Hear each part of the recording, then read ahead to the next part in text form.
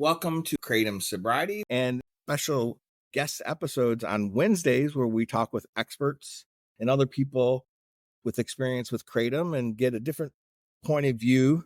The Wednesday episodes depart from our traditional format on Sundays when we have a recovering person talk about their Kratom quit. And our first guest happens to be Dr. Cornel Stanciu. And I'm going to let him correct my pronunciation of his last name and share his credentials and clinical experience. So please tell our audience about yourself. Sure. Thank you, Charlie, for having me on this podcast. And you got my last name perfect. It's Stan, so good job with that. So I'm a physician. I trained in psychiatric disorders and I further subspecialized addictive disorders. So currently my clinical role is working with individuals that have mental health as well as substance use conditions. I am involved in the assessment, diagnosing, and treatment of such. I am primarily clinical, so I'm involved directly in their treatment, but also do have a academic affiliation. I'm an assistant professor at Dartmouth Geisel School of Medicine, so I do have access to a wide variety of resources for what I do as far as research goes. Thank you. So we'll get right into our questions. So the first one is, do you have any case examples while respecting privacy about treating Kratom dependency or addiction in your practice? Absolutely. So I'm quite familiar with the term KUD or kratom use disorder, not yet in the DSM symbolized kratom addiction, either through my direct involvement or through various consultations pretty much nationwide. I've been asked curbside consults for various other patients. And I guess one that comes to mind is a young man, let's call him Earl, history of opioid addiction, quite severe. He has been sober from opioids for about 3 years prior to my encounter, has been dealing with issues related to anxiety, depression, and he disclosed to me during our treatment relationship that he's struggling a little bit with kratom. He started using it as a way to manage cravings from opioids about 2.5 years ago. Started off with a couple of capsules obtained from the local gas station, and within a few months, he noticed that the effect just wasn't working as well, and he had to increase it. Very soon, he was taking 18, 20 capsules a day, and this is someone that was just buying them, didn't know exactly their composition or what was in it. And most recently, prior to my interaction with him, he had disclosed that he was buying powder from the same local gas station, taking it several times a day. Didn't even know the amount. He was just taking a few scoops, washing it down with water, and did disclose trying to stop on his own. However, experiencing night sweats, feeling jittery, almost like a very bad flu, and also having these, as he described, brain zaps about 7 hours after stopping. And of course, the cravings. He was spending a significant amount of money, I believe something along the lines of $800. His wife was not happy with that. She was not happy with him spending tremendous amount of time going to the store and then feeling a little bit zonked out on the couch during family events. He was also struggling a little bit with job performance, so it's functionally impairing. And I did engage with him in a discussion about how to best help him and taper off, or what some may consider detox. We tried a traditional opioid detox approach with clonidine, supportive medications to manage his anxiety and other symptoms of withdrawal. And again, that didn't really work. We tried it about 3 or 4 times over the course of several months. He just had cravings, kept going back to using.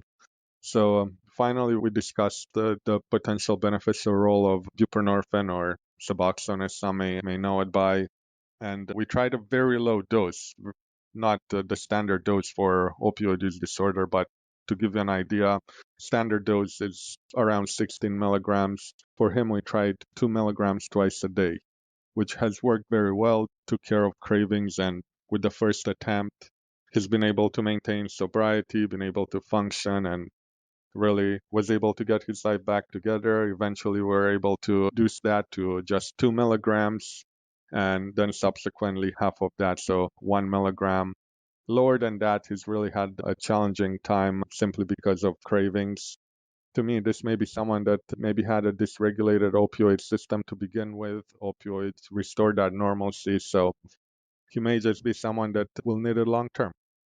Thank you. I think our audience can really relate to that. A lot of listeners have a similar story, either history with opioids or alcohol disorder. Mm-hmm. Many people have trouble quitting the very first time. So their quits are multiple. Then there's two phases to the physical withdrawal. And then there's this mental cravings that seem to linger that often lead to relapse. Thank you for that, the case study. On the other hand, do you have patients that report positive experiences with Kratom and having it help them? Certainly, there's a big movement among the general population towards more natural remedies. There's this big distrust in not just the pharmaceutical industry, but also in medicine in general, especially with what happened around COVID and vaccines and all that talk. Certainly, individuals are trying to self manage various symptoms of mental health, other health related issues, come off of medications for opioid use disorder, or manage that on their own or other addictions. I do encounter such individuals, and I guess to give you an example, there's a gentleman that disclosed to his psychiatrist who was treating him for ADHD with a stimulant that he had been using Kratom, when that resulted in him being terminated. In taking over his care, I try to get a better understanding of how he's using it, how it's impacting him, and what he's using it for. And he told me that he had significant injuries when he was younger, necessitated a lot of surgery, spinal fusion, was just in tremendous pain, could not function. His orthopedic clinic put him on, I think it was Vicodin, which he had some intolerable side effects to it. They were going to try him on different pain meds. But then he had learned about Kratom, and for the past 5, 6 years, he's been using on average about 5 milligrams every other day or so. He's had stretches of up to a week when he never took it. This is someone that does not have any history of substance use disorder, just the ADHD and chronic pain. And he told me that he follows the posts. He's very aware about the potential adverse effects as well as dependence on Kratom. He's using it very judiciously because of that. He gets it from a source that apparently has good reviews among consumer forums. I obviously had a discussion with him about the risk, had a discussion with him about the potential alternatives for pain management, and allowed him to make that informed decision that he would like to continue to use Kratom to manage his pain the same way that he has. That, to me, that shouldn't impact his mental health treatment. Thank you for that. Yeah, another thing that our many of our listeners could relate to is many of us have a mistrust with big pharma and look to Kratom to self-manage and self-treat a variety of symptoms and problems. Among our listeners, I'd 80 or 90% had some kind of history with substance abuse in the past, and about 20% didn't, where Kratom was their first addiction. And we haven't talked actually on our podcast to many pain patients. That's definitely a whole different kind of universe of Kratom users that we haven't delved into in this podcast. But thanks for that. You publish a lot of scientific articles frequently, so I selected just 3 of them to take a deeper dive into them. The first is Pharmacotherapy for Management of Kratom Use Disorder, a systematic literature review with survey of experts, published in 2021 in WMJ. What were your main takeaways from this article? Within the community, I've been hearing a lot of stories about various cases where physicians are encountering patients who present requesting assistance to get off of Kratom, or they're identified as having an addiction to Kratom. And there's no current clinical guidance. There are no FDA-approved medications for this. What we try to do as part of this study is try to develop a standard of care. And trying to develop this standard of care, we accomplished it by surveying what is out there in the literature as far as what is working, and combining that with a survey of addiction experts, determining how they best were able to manage such cases of kratom addiction. And we compiled that together and came up with this, I guess you can call it preliminary guideline, that there's a lot of cases that describe the use of naltrexone or Vivitrol. Some may be familiar with it, a medication approved for management of alcohol and opioid use disorders, and also buprenorphine of primarily lower doses, as I mentioned earlier, than you'd expect for opioid use disorder treatment. So those were heavily distributed throughout the published literature. We also used the database from American Society of Addiction Medicine to try and identify the addiction experts.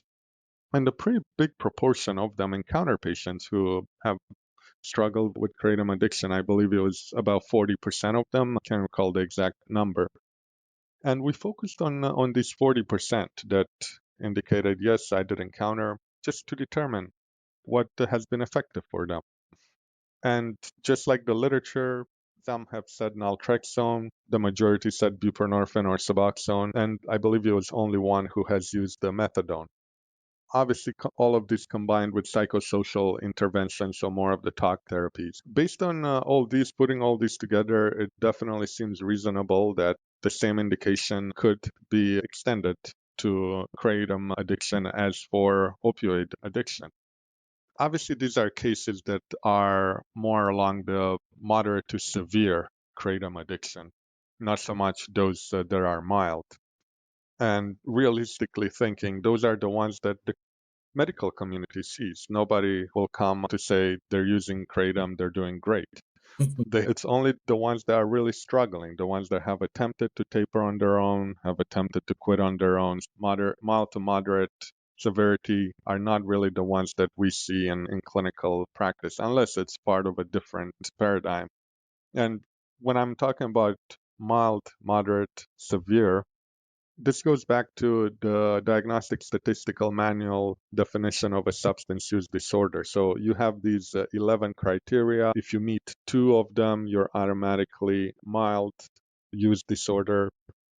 4 or more, moderate use disorder, and severe is really the most serious one. You have a lot of those criteria, and those criteria involve tolerance. So if you need more of the substance to get the same effect, withdrawal, if on abrupt cessation, you get the symptoms, but then also functional impairment, trying to cut down unsuccessfully, having difficulties in your home life or continuing to use despite consequences, medical issues. It's obviously the more you have, the more severe your addiction is.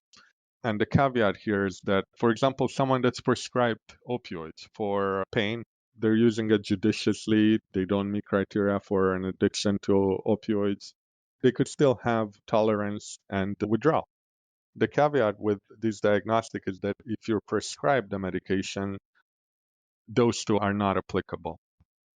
So I think hopefully I know I took a little bit of time to explain this, but hopefully it will serve us as we proceed in this discussion. Yes, I think people will find that interesting. And obviously, most of the guests we've had on our podcast have been in the moderate to the severe kratom use disorder category. Because people aren't going to be on a podcast if they have a mild or a dependency to kratom. Yeah, I'm not sure if you came across, we published earlier this year a large study. It was a survey about, I think we had 2,100 participants. And this was a survey that we extended to individuals who consume kratom, all of them. And it was quite extensive, but the goal was to identify how many of the consumers do meet criteria for a use disorder diagnosis based on the DSM.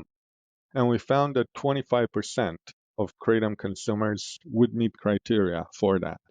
But the caveat here is that the vast majority do fall in the mild to moderate category.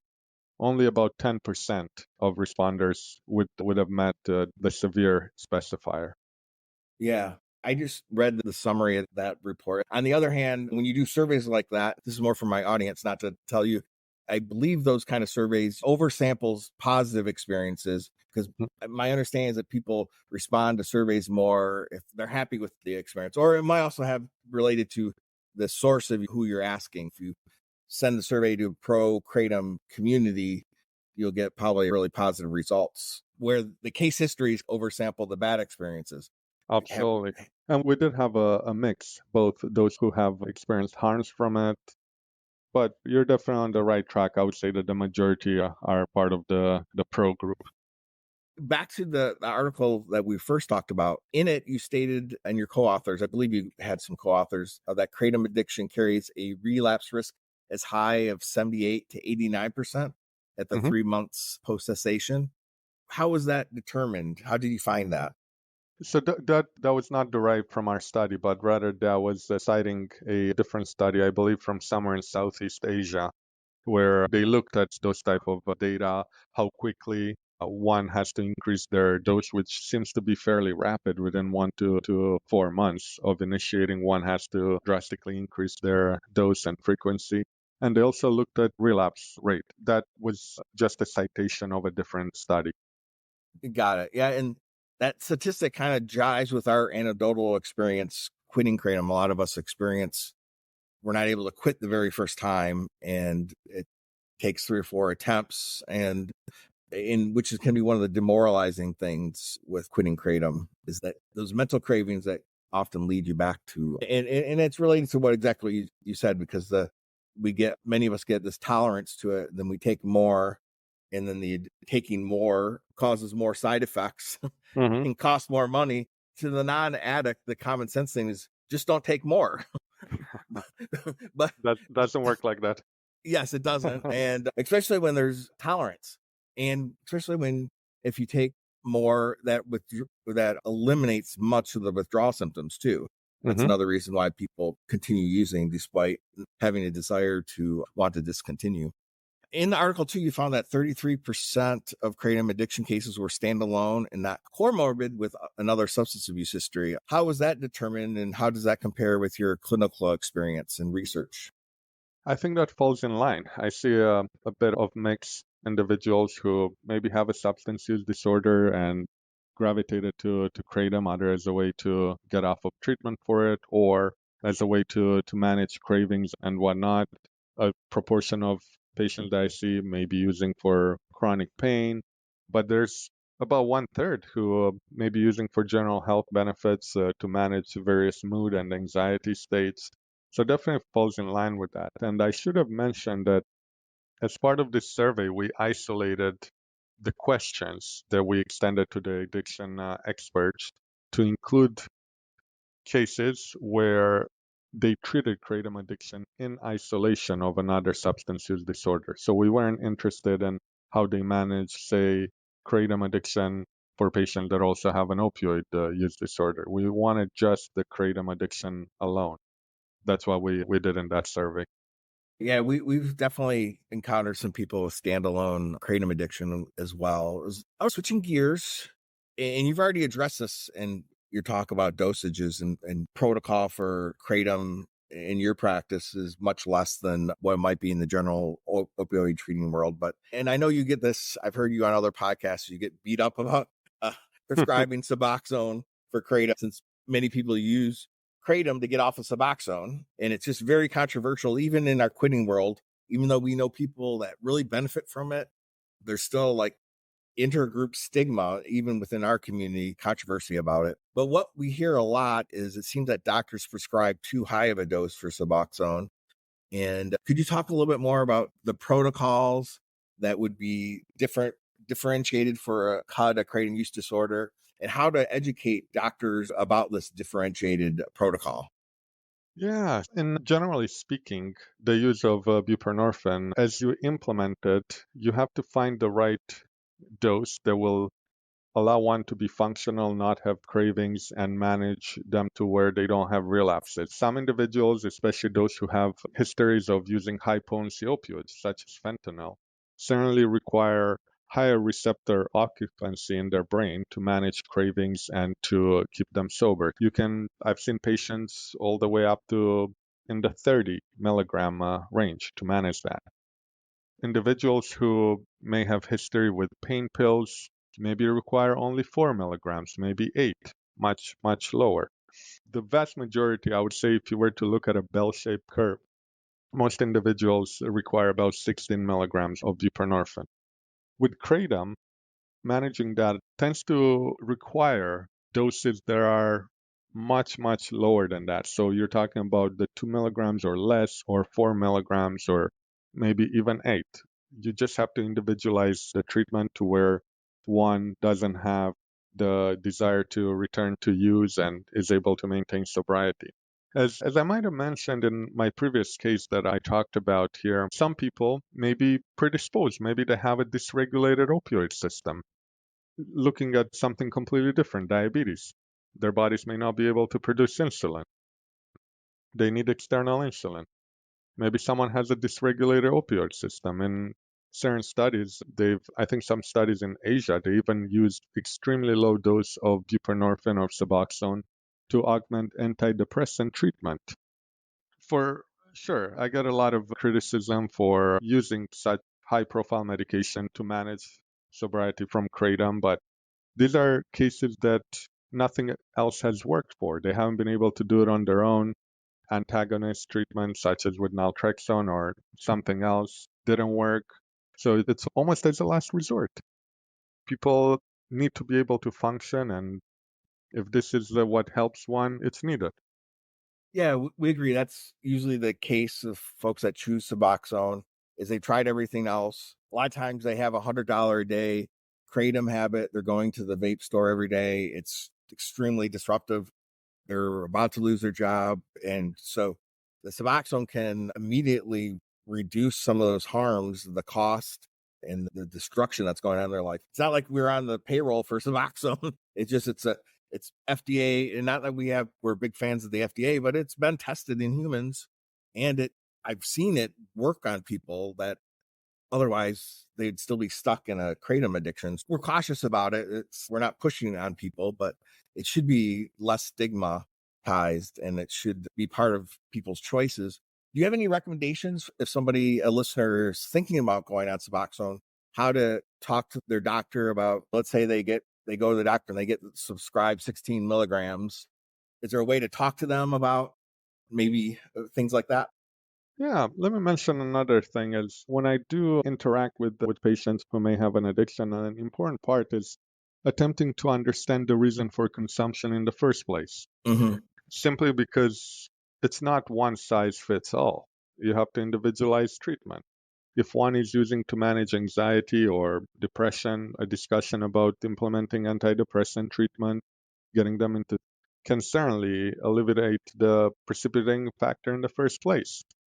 Prescribing them blindly Suboxone isn't going to take away the symptoms why they were using in the first place. We don't really know how many individuals who develop problematic use of kratom are able to do it on their own. How many of them are able to do it through other modalities than just the ones that I mentioned?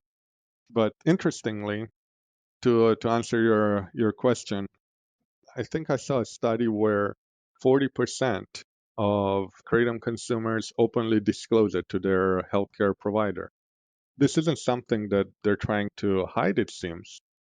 My experience has been when seeing a new patient, I try to use a non-stigmatizing question, such as, do you use any supplements, valerian root, kratom, anything else? And that tends to make one comfortable in talking about it, and then we can go from there. But prescribing Suboxone right away to all kratom use disorder patients, I don't think that's the right approach. We have to really individualize the treatment, try less restrictive modalities, and use that as more of a right last resort for patients who are good candidates for it. Okay. We're running long on our interview, so thank you for sticking with us. I think both of us happen to be long-winded speakers, but we'll move on to the next article. And could you give us an overview about the research you co-authored? What is the kratom overdose risk? A systematic literature review published in 2023 in Current Addiction Reports. Yeah, that's an important comprehensive literature review, looking at all levels of evidence suggesting or looking at the risk of overdosing on kratom. I guess this is more of a broad topic. I do want us to think about the distinction between the terminology kratom as it pertains to the botanical, the plant, and kratom as it pertains to all these products that are out there unregulated and may contain some kratom or kratom alkaloids. There's a big distinction. So what we did here in this survey is we looked at all animal studies where they administered either whole plant material or just the one or two of the constituents of kratom, mitragynine, 7-hydroxymitragynine, and tried to determine how mice succumb. And interestingly, what they found there is that it's not the typical pattern that you see in opioid overdoses. Mice tend to die from more of adrenergic, so more of that stimulant toxicity. That tends to be responsible for their death. Certainly, and I'm saying this from another study that I've conducted, it seems like the opioid system is involved in development of addiction. However, it's the stimulant, the adrenergic system that's involved in toxicities and deaths. So we looked at level of evidence from animal studies, and then we also looked at observational studies, any type of human reports, death certificates, poison control data, any other databases. And we have found that there is a tremendous range as far as the blood concentration that can lead to toxicity. And what complicates that is the fact that there's no universal process. Laboratories may not routinely test for other substances that may be present in overdose related deaths. Comprehensive testing is not always performed. Also, a lot of those cases that we've seen indeed do contain other co-ingestions, such as opioids that represented the biggest case, which complicates things. There is a way, and this is highly controversial, scrutinized, to extrapolate data from animal studies and apply it to humans. We know we have a vague idea of what is the LD50, lethal dose 50, which is the amount that can be administered to an animal that leads to death in 50% of them. We can take that and see what would be in humans if they were to ingest whole plant kratom material. And what would take to lead to that toxicity, probably something close to 400 leaves. But again, here in the United States, we have kratom products, which are highly concentrated, highly adulterated, and you could very well have a tincture or some type of concentrated product that could contain 300 or more leaves. So that's why we're seeing a lot more concerns related to kratom in the United States than we do in Southeast Asia. I think one of the studies that we cited there was based on toxicological data that found in the United States, the post-mortem concentrations are something along the lines of 30 times higher than the post-mortem concentrations in Southeast Asia. I guess the takeaway from there is kratom as a botanical would take a lot to really overdose on it, but kratom, as we have it here in various products in the United States, carries significant risk. Are there some barriers to translating findings from animals to humans that are known that there's not apples and oranges between mice and people? And that's why I said it's a highly controversial topic. Okay. Multiple ways that we can look at this. A lot of the animal studies have used various administration routes, intravenous, oral, parenchymal, peritoneal. It's hard to really tell. It's hard to tell how the various constituents of kratom are broken down in animals as opposed to humans, to what extent, what pathways. It's also hard to tell the receptor level, how the various kratom constituents act in humans as opposed to in animals. And even among animals, mice, rats, the various species, it's hard to tell how they act. One kratom constituent could be an activator at the human receptors, whereas it can be an inhibitor at the animal receptors. There's a lot of controversy surrounding that and a lot of unknowns that would make it quite challenging to translate that data. And we can't ethically give a human 400 kratom leaves and see what happens, right? But no, there's been some studies in Southeast Asia where individuals did consume either mitragynine or kratom, and then they measure their concentration as well as subjective symptoms. So we do have some idea, but really a rigorous study would be needed here. I've heard Dr. McCurdy speak a couple times in interviews that, and I think this was just like, it's nothing that's proven, but that there might be potential that in humans that the kratom might be building up in their system. Have you heard of this? And did I describe that right? I don't have the quote in front of me, but I've heard him talk about it. So Dr. McCurdy and his team at University of Florida, they are the experts. Yes. So when they say something like that, definitely we have to take it seriously. I wouldn't be able to back that up since I don't have his expertise. Yeah, I guess a question I should ask him. Since the majority of kratom associated deaths are typically involve co-ingestion of other substances, are there any harm reduction solutions to reduce the number of those fatalities? When it comes to the majority of co-ingestions, I think it was a laboratory that did a study based on the samples that get submitted to them, and they found that something like 80-90% of those co-ingestions involve opioids. As far as harm reduction, certainly being able to identify those who use for that purposes and really have a discussion about the alternatives and what is more evidence-based can be helpful. And to align with some of the national standards, it's always best practice to make sure that one has naloxone rescue kit. There's been some mixed evidence as to whether that's beneficial. However, if there's an overdose that does involve an opioid in addition to kratom, it's never a bad idea to administer naloxone. And are there any public health strategies to prevent kratom deaths that are a result of accidental interaction between a prescription somebody has from their doctor or if they have some certain health conditions? So certainly those topic that's still being studied and fully understood. If we were to look at how the two most well-known kratom alkaloids work on the body as they get broken down, various enzymes are responsible for doing so.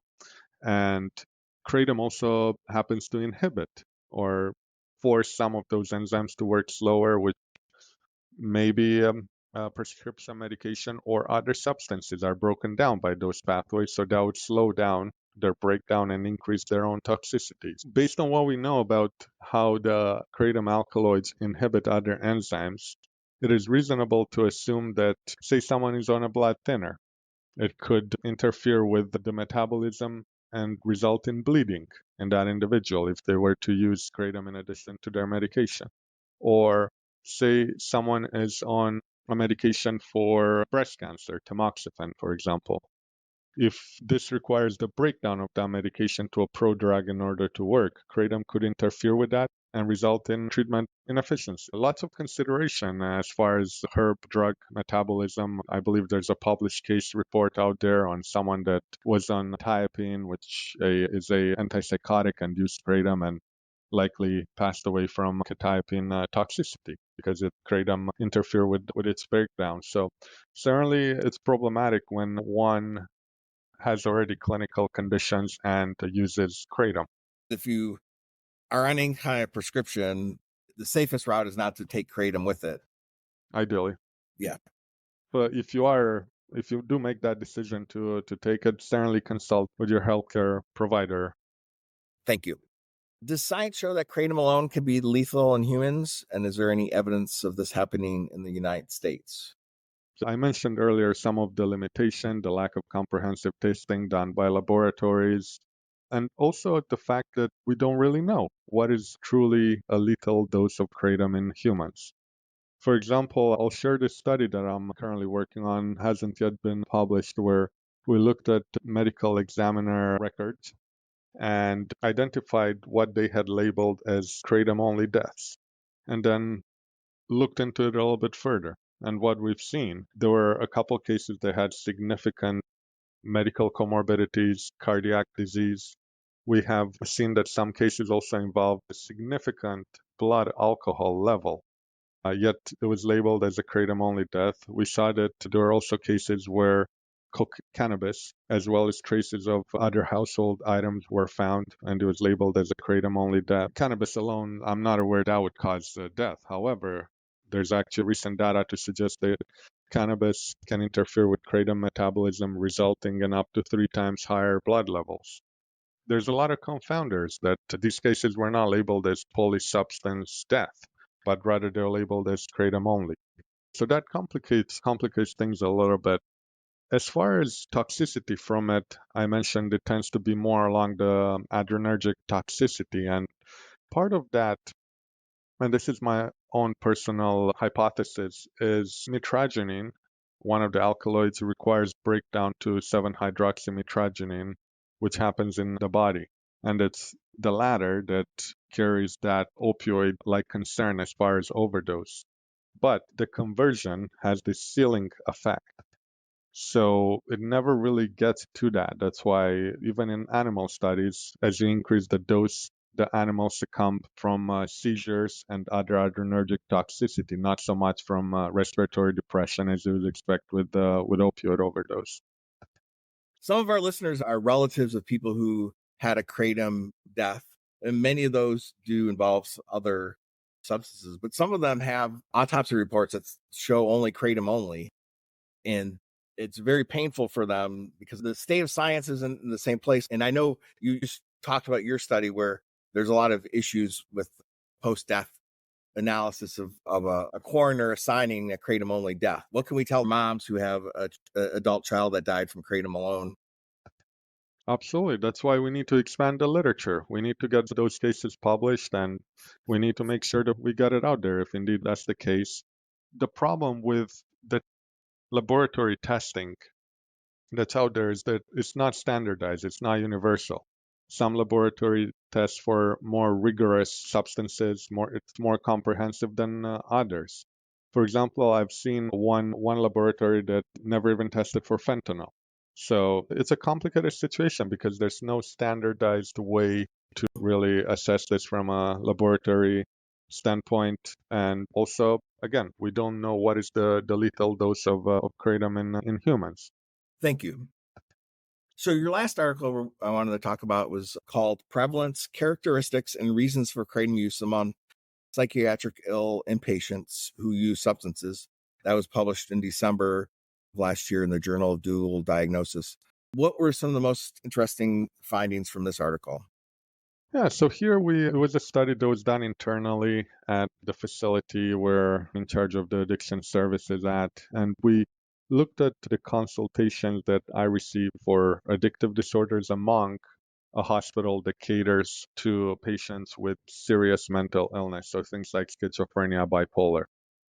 So here I sampled those with serious mental illness and substance use disorder, and as part of my assessments, I always inquire about kratom use and found there to be, I would say, the proportion of those who do use kratom aligns somewhat with what we've seen in the general population as well, but not a tremendous amount. And we also looked at what are some of the side effects that they experienced. One individual had seizures, he was using high quantities of it. We looked at whether they meet criteria for kratom use disorder diagnosis. And also, we tried to find some associations in order to identify vulnerability factors and how one would develop the kratom addiction. And we found that obviously having a mental health condition predisposes one to developing a mental health condition. Having a substance predisposes one to developing a kratom addiction. Having a substance use disorder diagnosis again predisposes, but also being of the male gender, younger, taking kratom in high amounts and more frequency is also associated with that vulnerability factor. Give us some good insights. It's more of a stepping stone for others to take it over from there. As a father of an 18-year-old, I can confirm that a male in that age, they're more prone to making risky decisions. Mm-hmm. In your article, there was this great table that listed studies, the sponsor of those, the sample, and the prevalence. And there was a vast disparity in estimates of prevalence in kratom use in the United States. I think it ranged roughly from 3 million to 15 million. Could you explain that? So I'm being asked this question quite a bit when I do an expert testimony or whatnot. We don't know. We really don't know. There's a lot of studies, and I tell them what the evidence is. There's studies that have been done by various organizations catering primarily to consumers, and they had their own internal studies, survey. There's studies that have looked at importation of kratom into the United States and tried to extrapolate the number based on that. There's studies that have inquired about kratom use in select population, including my paper. Studies that have looked at past year, past month consumption as opposed to lifetime. It's really cannot tell. But the general consensus, the lifetime use of kratom among the U.S. population tends to range between 0.9 and 6%, but we don't have a solid answer on that. Okay. And that's related to my next question. You can pretend that I'm Matlock or some kind of trial attorney, and I'm asking to try to pin you down. So if you were put on the spot, what would be your best estimation with the caveats of how many Americans use kratom and why? I wouldn't, because in that capacity, my role is to serve as a mediator between the jury and, of course, science. And I would explain the limitations, I would explain the various studies that are out there, and I wouldn't be able to provide a concrete answer. Got it. I will note an editorial of the 6 sources that you list. Those all were in the lower range, to the 3 to 5 million. And the one outlier, to my observation, was the industry. And I do think that they have some incentives to portray as there's more users, because it means that they have more of a political voice. They're representing the voice of kratom, and there's 15 million to 20 million kratom users. You should listen to us more, because and then also, if more people using it, the adverse outcomes that we're seeing, that changes the denominator of, would make some of the adverse outcomes be less. That Perhaps yeah, the latter. yes. Underestimate the use per user. Yeah. Wrapping up here, let's see, we got about 5 more questions. So thanks for your patience. I really appreciate Of it. course. Has there been any studies on why some people report benefiting from kratom while others are more prone to abusing it? And are there characteristics that differentiate these users? 2 parts. Obviously, there's tons of kratom users that have a past history of substance abuse. The reason they're using kratom was to wean themselves off those other drugs, or to get off Suboxone, or it's a harm reduction choice for them. But they report that it's not out of use control. And then we have other people that have almost the same exact history of substance abuse, but then they would say they have kratom use disorder and want to quit. Then there's another population of the people that have no history of substance abuse. Is there been anybody study this, or do you have any observations of why? Yeah, I'm not aware of any studies that have been done. Okay. Clinically, based on my experience, I can tell you that what I've seen falls in line with what we know as far as vulnerability factors. If one has a mental health condition, one has a past history of substance use disorder, those tend to be heavy factors that predispose one to developing a kratom addiction as well. Kratom consumers, those who benefit, again, those are not the ones that are going to come to my office and say, hey, I'm doing great. So we see the ones that either are managed for something else and happen to be using kratom for, again, a separate user. That's where this success story, so to call it, would come from. But that's why we need more studies on this. Okay. Most of our listeners would agree that kratom is milder than traditional opioids, but for many of them, the substance is harder to quit because of the difficult with withdrawals, intense cravings, and ease in relapsing. Do you have any clinical observations or research knowledge to explain this, why that's the case? Yeah, so those, if you look at traditional mode of consumption, brewing the leaves as tea, or maybe even using some grounded up leaves, the dependency is, like you said, a little bit lower than opioids, and the withdrawal is much milder. But when you're talking about these highly concentrated products, there's one that I've seen on the market contains just 7-hydroxymitragynine, which essentially that's basically a opioid concentrated. that will definitely give you more of a challenge in quitting it. So I think the unregulated products are what is making it more complex. And what I'm seeing clinically, the individuals who do meet criteria for kratom addiction tend to be those that use the heavy concentrated products. So that would be a factor that would determine why one would have a more challenging time in quitting. Thank you for the answer. You mentioned this earlier too. I think it's a misconception that most people have kratom use disorder, or at least the folks that we talk to on this podcast or part of the social media and that come to the recovery meetings, is that most of them are using the concentrated products. And I did a count of just our guests that we've had, and more than 50% of them were non-concentrated product users. And I once did a survey, and I'll send you this. It's very unscientific, Mhm. but on the Quitting Facebook page, and over 75% of the people on the Quitting Kratom Facebook page said that they were powder users. And so in the end, they were using extreme amounts of powder. They were doing like 5 grams every 4 hours all day long. But there is a vast differentiation of products. If you're brewing fresh leaf, that is way different than those 7-OHM pills on the way other ends. People that use the more concentrated product, I tend to have observed that they get to consequences much quicker. It's way more expensive. So those consequences come and it's more severe, it's quicker, they get to a bottom quicker. But I think a lot of Americans, they just don't have the money to buy the concentrated products. And they do hear good warnings out there to stay away from Yeah. extracts. We hear that over and over again. I've heard this analogy from someone that, sure, using it via the traditional modality, brewing the leaves, could be considered, since it's part of the coffee family, a more potent version of caffeine, whereas the products that we have here is more like crack cocaine. Yeah. I think it's more closer to maybe the alcohol analogy, that it's like a light wine. The concentrated products are more like hard whiskey, but I guess it's controversial. It's another good one, yeah. But okay. And one follow up to answer my own question, which is annoying when people do that. I do think one reason why it's the kratom is harder, it's often the last thing people quit. They've had to step down experience where they were using heroin, and then maybe they did pills, and then maybe they did Suboxone, and then they do kratom, and kratom's the very last thing. And that's why they're finding it hard, because they're doing absolute 100% abstinence, and that can be tough. Mhm. Do you have any words of advice for listeners trying to quit kratom and maintain abstinence from kratom?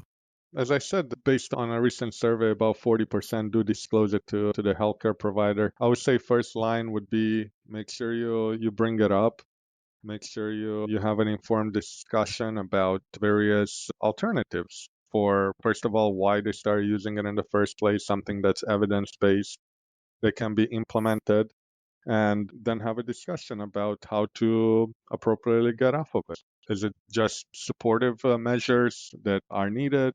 Or if that fails, there are other options out there, like the buprenorphine. It's not for everyone, but it's something that's on the table. What has made that challenging, and not to go on a tangent, but implementation of medication such as that is currently reserved, FDA approved, only for opioid addiction. There's no such thing as kratom use disorder in the DSM, so that can be extrapolated and extended to it. So what has made that challenge is the restriction to just opioid use disorder. For example, one may have just the kratom addiction. What I've heard is that some doctors are labeling kratom addiction as opioid use disorder so that they can use that diagnosis to justify treatment with buprenorphine. Because using buprenorphine outside of the opioid addiction label is not advisable. Yeah.